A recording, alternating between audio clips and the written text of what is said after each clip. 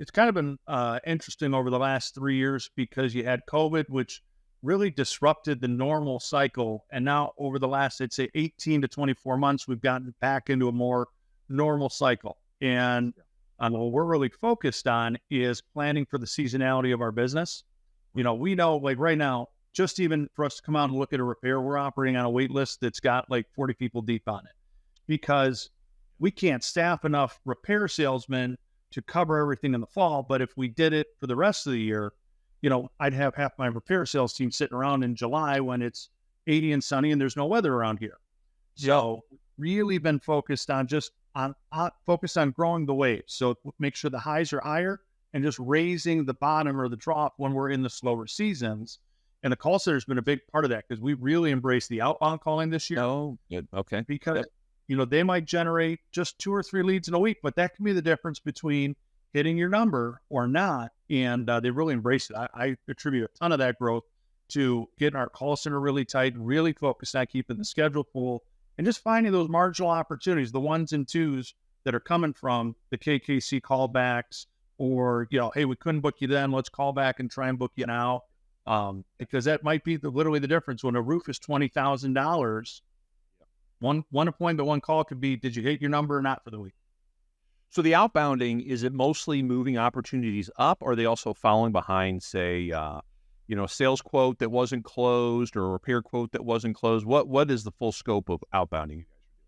So it's twofold. We have one, we call it the money list, which is, once a quote is 2 weeks old, it's no longer the salesman's, right? And the call center can start calling those to follow up. And if they get that signing set, they're going to get a percentage of that sale. So that's one aspect of it. The other is just calling back to our previous clients. And I do occasionally purchase a list. We went really after churches for a period of time. So I purchased a call list of the local churches. And so we may focus on those things from time to time, but 90% of it is just calling our old clients, whether we sold them or not. If we even went out there 2 years ago, eventually you're going to get a call again and a check-in from us just to say, hey, how are things going? Can we help you? What do you need? Check-ins are a big thing, just people start all of a sudden remembering, oh yeah, I do have that thing. You guys mentioned a membership, right? Do you have a club membership? Or you said commercial, but residential as well? Both sides of it. Yeah, we call it. That's great. KangaCare Club. Let's dig into that because it's a very foreign concept still after all these years for a lot of roofers. So kind of explain the commercial side a bit more. How about the residential side? What do the visits look like? What are the values? What value does a homeowner get from it? Let's see. I know what we do. I don't know about that. So we had a service tech a couple of years ago that I wish was more part of his presentation. Basically, when you went on and talked to someone, you couldn't help but buy a KangaCare Club from him. Okay. It's like, you cannot do this. We're going to come out, we're going to inspect your roof, we're going to do this, we do everything pretty much except clean out the gutters. Okay. And now every year we set it up now where we do them between late June, early July and August, because it doesn't rain. There's not a lot of storms.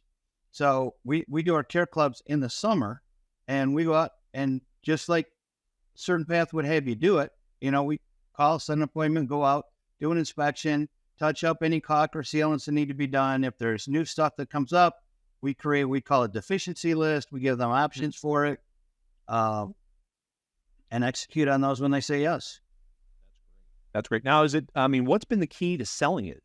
Obviously you had the one guy that did great at first, but obviously it's not all built around him. Is it just including it in all of your repair options? Do you include it with every re-roof? Like what's been the essential? Yeah, I would say the core of selling them is being focused on selling. And I know that sounds really simple, but when we do ride-alongs, whether it's a replacement or a repair, one of the key steps that if somebody's doing a ride-along with you, you're going to evaluate, did you talk about a KangaCare Club, period? And I think it helps too. One of the things my dad says really consistently to the team as far as the message is, hey, everyone loves the big replacements, but we're building this company. We've built this company through service, and that's never going to change. Service is always going to be at the heart of it, and the core to the service is the KangaCare Clubs and the maintenance contracts. And I think over time, especially now as we've grown and we've had consistency in the sales team, and they see the benefit of that and see the relationships with those clients where it's like, oh, wow, Mason, who a lot of people know because he's done so great for so many years, one of the repair guys is going out to preview. He's like, oh man, you're going out to Gracie's house and asking how she is, right? So it's that relationship piece too, that you really do start to know these people and really do start to care for them. And you see the referrals from them too. We know a King Care Club member is way more likely to refer us out. They might not even ask for credit, but refer us out to their neighbors, their friends, their family, which is the best lead you could ever get. Yeah. What does it cost for the home? For a homeowner, it's $9.95 a month. We always get one of the cheaper than Netflix now. And they get you I was going to say, and you get one annual visit, right? But and it's great branding, right? I know there's a cost associated to getting someone out there, but it leads to opportunity. I would say, Tom, the closing percentage on those inspections you're doing has to be sky high, right? Oh yeah, and one of the things we stole this from Scott and Stacy down in Austin. I know CertainPath talks about a 10% discount. We bumped it up to a 15 because it was a little bit more of an incentive to move forward with it. The other two things where we started to get good at these, where we used to, give in to the clients a little too much. Oh, you want to pay one lump sum and you want to pay by check. You don't want to do the auto payment. We used to let them do that. Yeah. We moved away from that. We really standardized. If you don't want to do the auto pay, that's okay. You just can't be a part of the club. And it's simplifying thing. It's made it easier. We have way less cancellations. And the other piece is the diagnostic fee. We used to never have a diagnostic fee 5 years ago. We started at $29.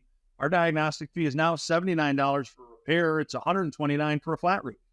And they're booking at 85 to 95%, whether it's the middle of winter or, go time right now.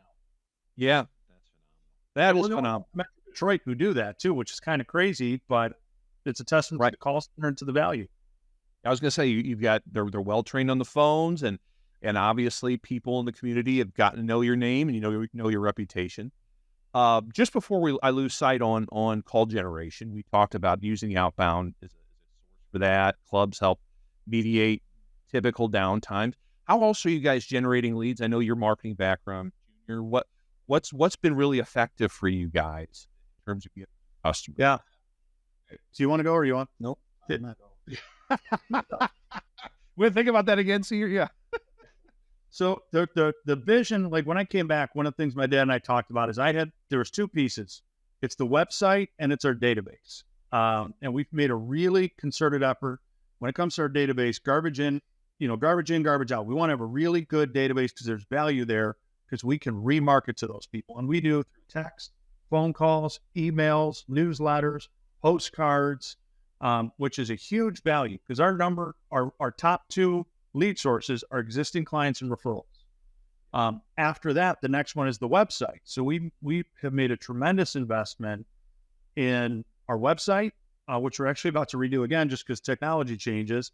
The organic SEO, which is tough for a lot of people to stay committed to doing that, but we did, and it's returning huge results. And the PPC, those three, between the existing database and being really, I say we're good right now on the web, but we want to become elite. That's really where the leads are coming from. Are you guys doing any traditional media as well? Oh, go ahead, Senior. Yeah. He's leaving. I thought I was going to be the one leaving outsources, but apparently it's him. We are part of a local contractor handyman show. Oh, good. Okay. We're one of the roofing experts on that. We work with the brand guys for radio advertising.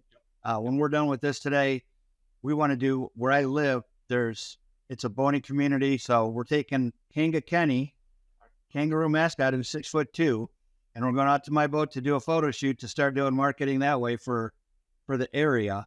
And I love it. We do all the traditional stuff: chamber of commerce events, trade shows, golf outings. We do all this.